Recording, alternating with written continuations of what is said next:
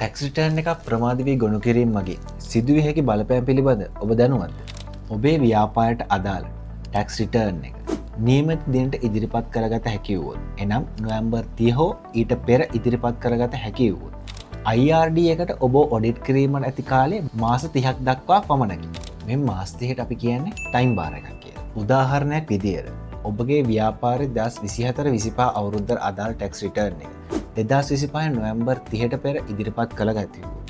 ඔබට මෙම time bar එක ඇතුළත් වෙන්නේ 2028 මැයි 30 දක්වා පමණයි. එසේ සිදු කිරීමට අපොහොසත් වුවොත් IRD එකට ඔබ ඔඩිට් කිරීමට අවුරුදු 4ක් දක්වා හැකියාවක් තියෙනවා.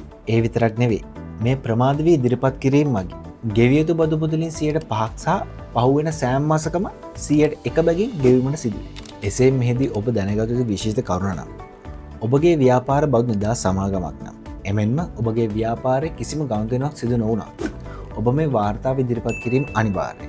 එසේ සිදු කිරීමට අපොහොසත් වීම මගින් ඔබට රුපියල් 50000ක් සහ පහුවෙන සෑම මාසක් සඳහාම රුපියල් 10000ක් වැනි දඩ මුදලකට මුහුණ දීමට සිදුවේ. ඔබට තව ඉතිරි වැත්තේ දවස් 30ක් වැනි කුඩා කෙටි කාලයක් පමණයි. එබැවින් අවසාන මොහොතේ නැදී නොසිට නොවැම්බර් 30ට පෙර මෙම වාර්තා ඉදිරිපත් කිරීමට ආරම්භ කරන්න. ඔබගේ වාර්තාව නිවැරදිව නීත්‍යානුකූලව සහ නිරෝල්ව ඉදිරිපත් කරන්න. අද අපට කතා කරන්න. අපි සිස්කලිමිට